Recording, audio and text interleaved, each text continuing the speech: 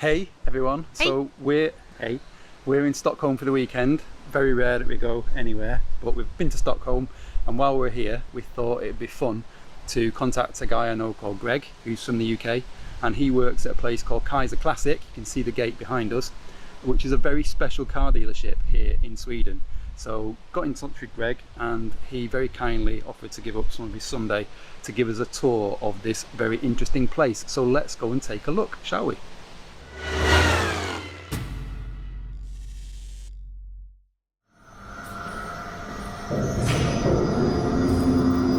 Even the doors are impressive. Look. Yeah, so it used to be a cash, well originally it was an engine testing facility, and then it became a cash storage facility, so the security is pretty high. I think we've got like the highest level of security we've ever But you need it. had, which yeah, when you get inside you realise why we need it. Yeah.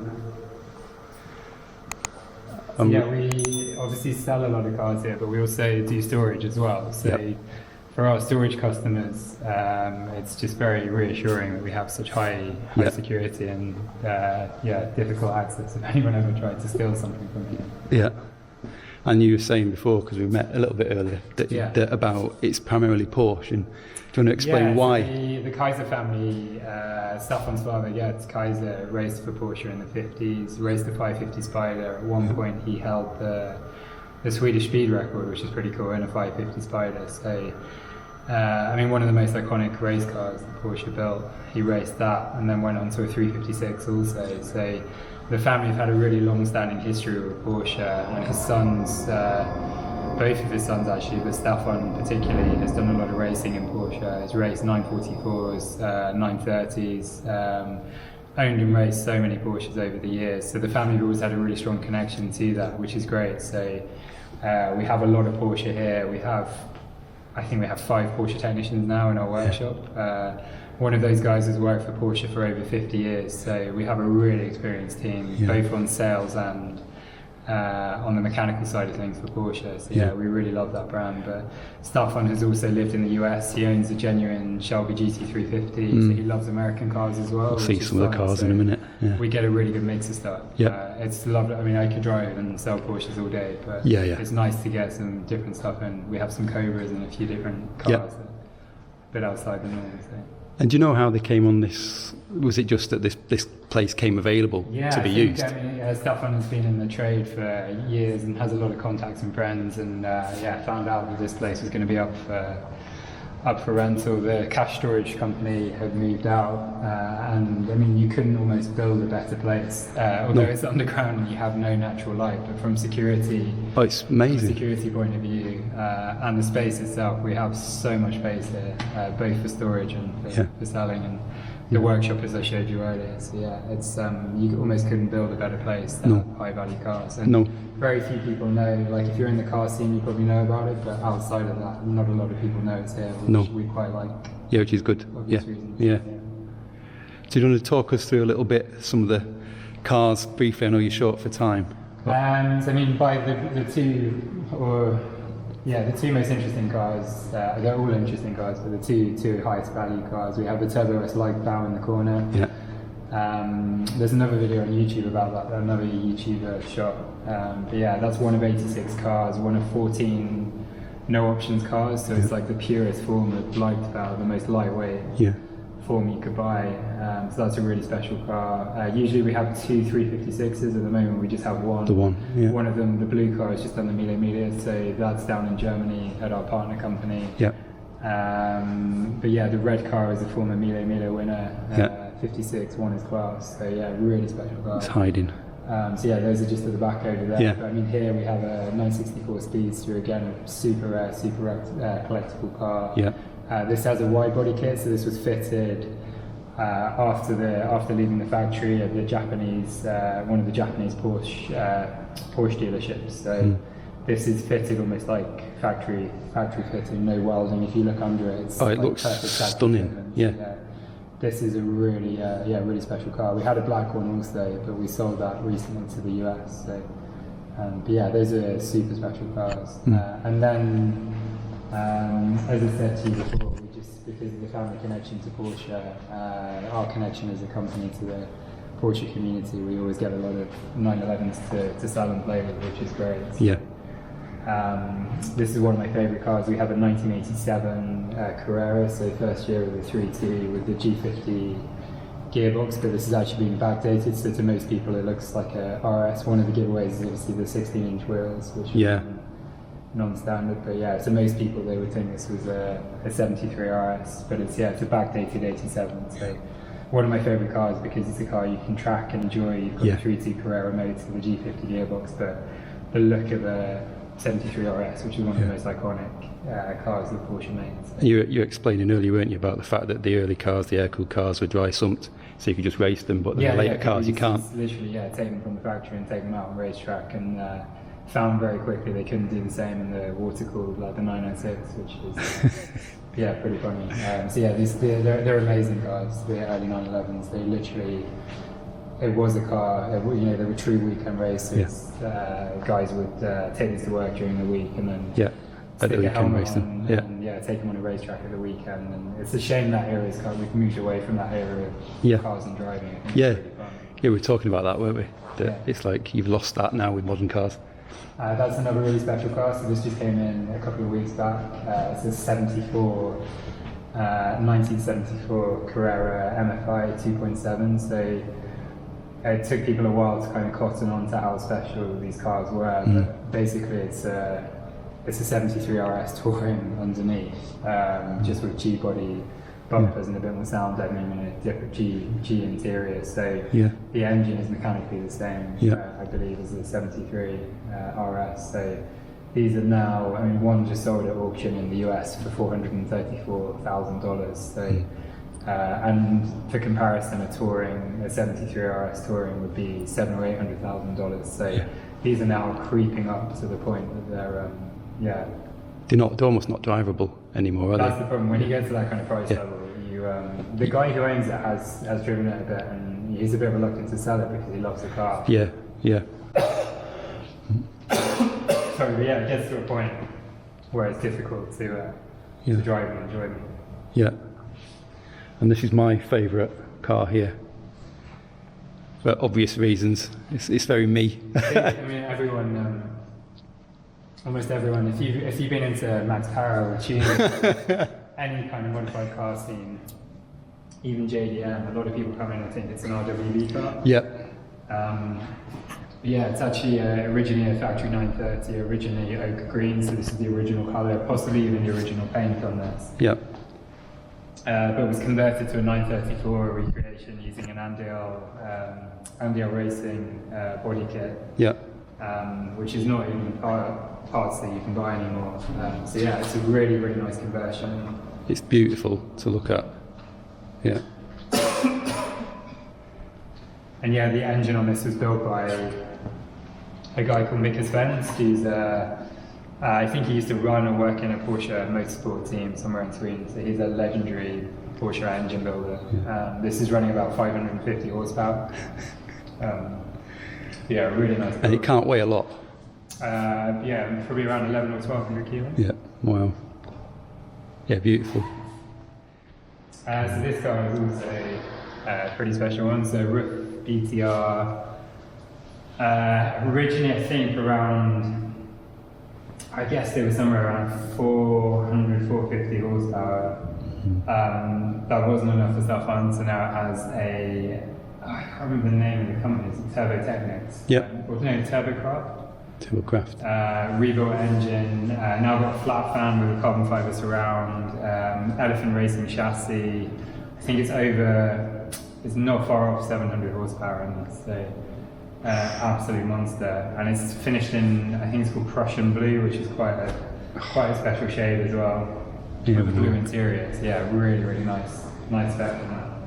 That's still one of my favourite videos, is seeing the RUF, is it the Yellow Bird on the Nürburgring? That's one of the most iconic videos of all time. So to have a roof here is really special. Really cool cars. This is kind of another Kaiser special car that Staffan has built himself. So originally in 997, 972 Turbo S PDK, Staffan wanted to up the power, so now it's around 700 horsepower, so operated turbos, operated intercoolers. half cage in the back, GT3 front end, GT3 rear wing, and then 918 carbon, I think they're carbon fiber seats inside also that have been retrimmed. So yeah, it's a really nice spec. So again, like a lot of the car stuff on builds, they're usable on the road, but yeah, like a track hybrid of a track and yeah, like a streetable track car. And are they all for sale? So like everything here? Yeah. Everything's for sale. Yeah, wow. And this is a really nice, this is a commemorative edition, 88, so underneath just the same as a 88 Carrera, which is a great car already, mechanically identical, but it had this special, I can't remember the exact name of the paint colour, but it has this beautiful, almost lilac paint with a blue interior, like ice, I think it's called ice blue interior, and it's utterly stunning. So they only made, I think it was 840 of these, so pretty rare cars. Wow. That's just been sold to the US, yeah. Wow. Yeah, so a lot of Porsches, as I was saying before, and we sell some race cars also. So we've had a few rally cars. We had a really nice M3 GT4 car. I remember that one. Yeah, that was a really nice build. So yeah, we do get a few race cars in occasionally, which is fun. They always look cool in the showroom, and they're fun to have there. Yeah. Something different about a race car. Just like the way they sit and like their attitude is just. They look amazing. They have a presence. Yeah, sure. Everyone gets excited. I think it's something about cars with stickers, but yeah, everyone gets really excited when they see race cars. So we love to have them in the showroom. They're too fun to sell. Yeah. And and we've got some a few more European cars. So this is a 1986 Range Rover that we restored. Originally in Dallas white. I think this is original. It's the original colour, possibly original paint. Wow.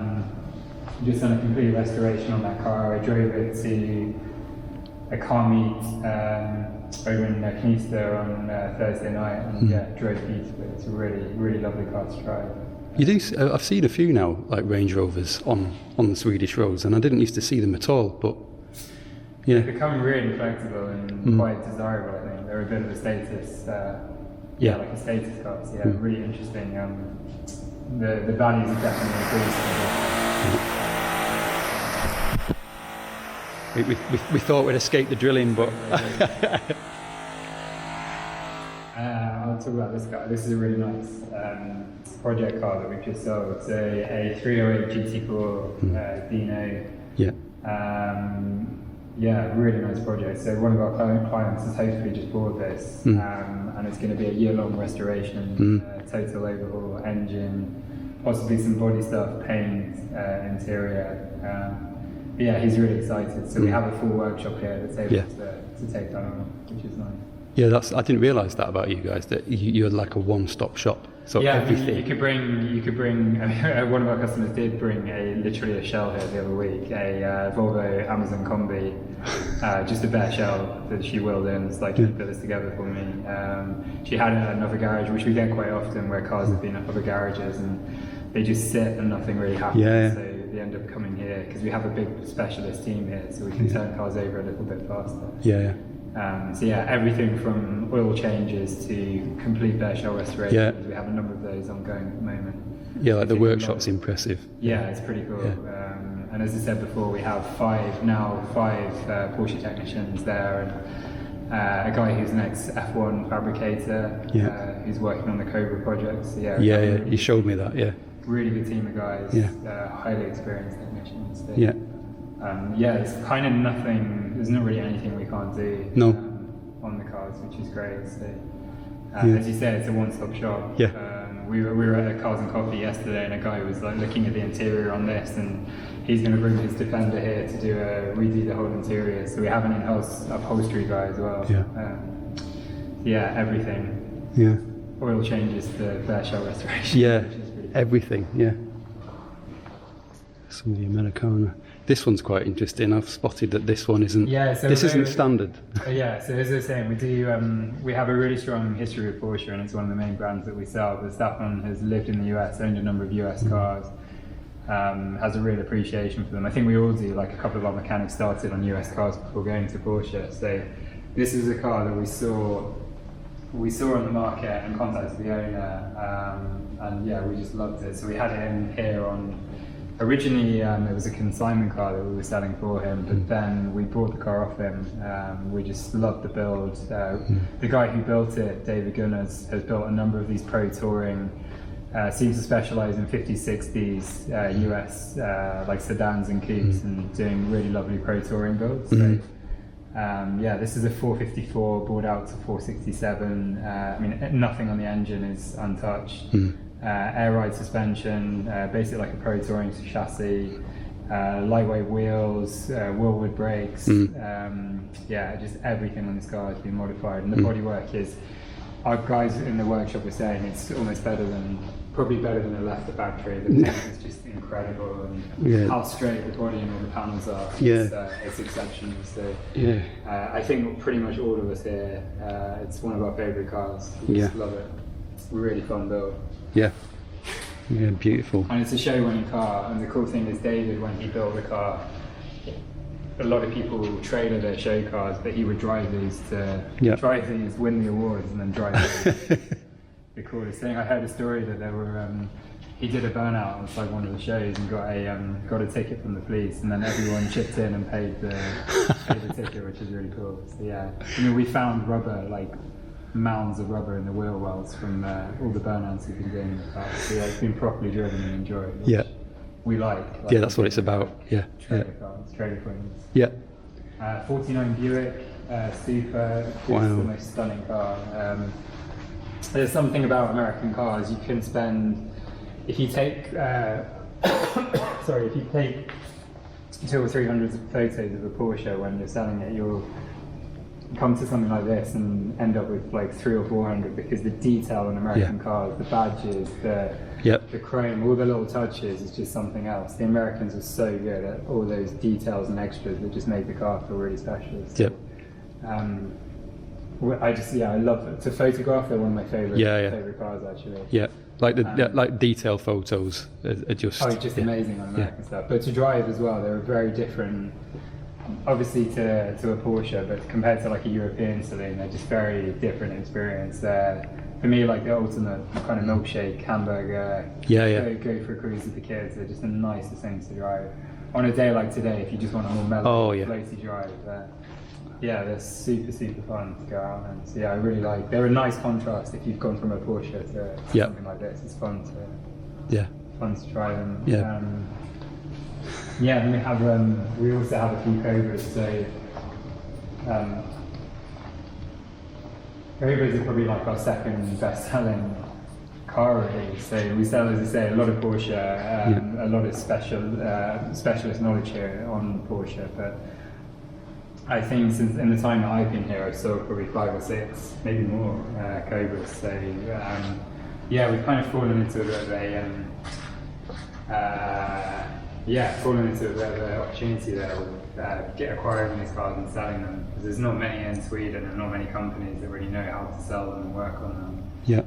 We just imported 2 more from the US, the yellow one and the silver one, which have just arrived. Those are both factory 5 cars, so well-built replicas. The car here is a Swedish-built aluminium body based on a Corvette part. So I think it's C4 suspension and brakes. So, and it's got an LS3 crane motor, basically brand new, that was dropped in the car. So you've got the look of a 60s car, but the drivability of a modern Corvette, the braking and the fuel-injected engine. So you just turn the key and it fires up. So really fun things. So we sell a lot of Cobras, funny enough, and they're just. I mean, they're such an iconic car. As soon as people come in, I think race cars and Cobras are the 2 cars that people really are just blown away by. So, it's always nice to get those in, and they're great fun to drive. To have the opportunity to jump in and drive them is fantastic. And then we do get a few Mustangs as well. Being Sweden, that's obviously a really popular classic car. There's a really big American car scene here. So there is. Cobras are very popular. Mustangs are very popular. Really great first classic car. Very good value.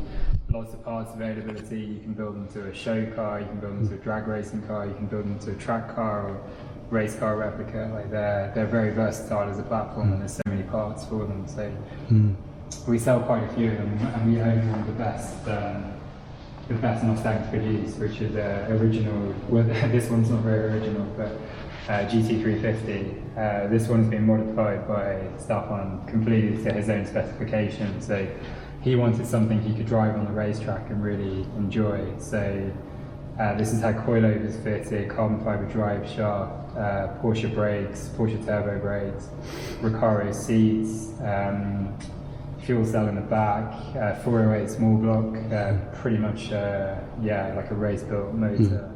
So yeah, not much original left on the car, and it's just like his ultimate version of what a 350, but it's a genuine Shelby GT350. Wow. So yeah, it's cool to have something like this. We have the Porsches, and that's special, and we have the lifestyle, but to have a GT350 here, it gives a bit of kudos with the American guys. Yeah, it does. Yeah. That we're not just Porsche guys, and we do really love the American stuff as well. Yeah. No, clearly. Yeah. Awesome. Well, thank you very much for the taking the time, giving us the tour. No, it's always fun. It feels, we always say, and people always tell us as well, it feels more like a museum here than a it does. car showing. So yeah, it's always really fun to show people around. Yeah. So there you go. Greg has left now because he's given us enough of his time, and his son was playing basketball, I believe. So the gates are locked and we're outside now. Hopefully you enjoyed this little video. If I can, we will be here again, and we will see Greg again.